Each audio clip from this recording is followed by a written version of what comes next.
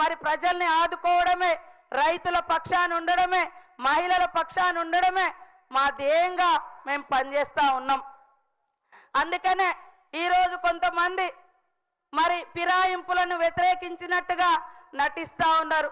ఈ రాష్ట్రంలో అత్యధికంగా పార్టీ ఫిరాయింపులను ప్రోత్సహించినటువంటి నాయకుడు, ఫిరాయింపులకు పితామహుడే కేసీఆర్ గారు. మళ్ళీ ఇవాళ బయటకు వచ్చింది కూడా ఏ సమస్య మీదనో, ఏ రైతుల కోసమో, ఏ మహిళల కోసమో వచ్చి సభ పెట్టడం లేదు. ఫిరాయించిన వ్యక్తి ఎమ్మెల్యేను వ్యతిరేకిస్తూ ఇంకొక ఫిరాయింపు మీటింగ్ కోసం వచ్చిర్రు. ఇక అది అక్కడ పక్కనే అసెంబ్లీ ఉంటుంది ఇంటికి దగ్గర, కానీ అసెంబ్లీకి వస్తలేరు పెద్దలు. కానీ వాళ్ళంత దూరం నుంచి మాత్రం ఒక పార్టీ మీద మరి మన సీనియర్ నాయకులను జైన్ చేసుకోవడం కోసం మాత్రం అంత దూరం నుంచి రావడం జరిగింది.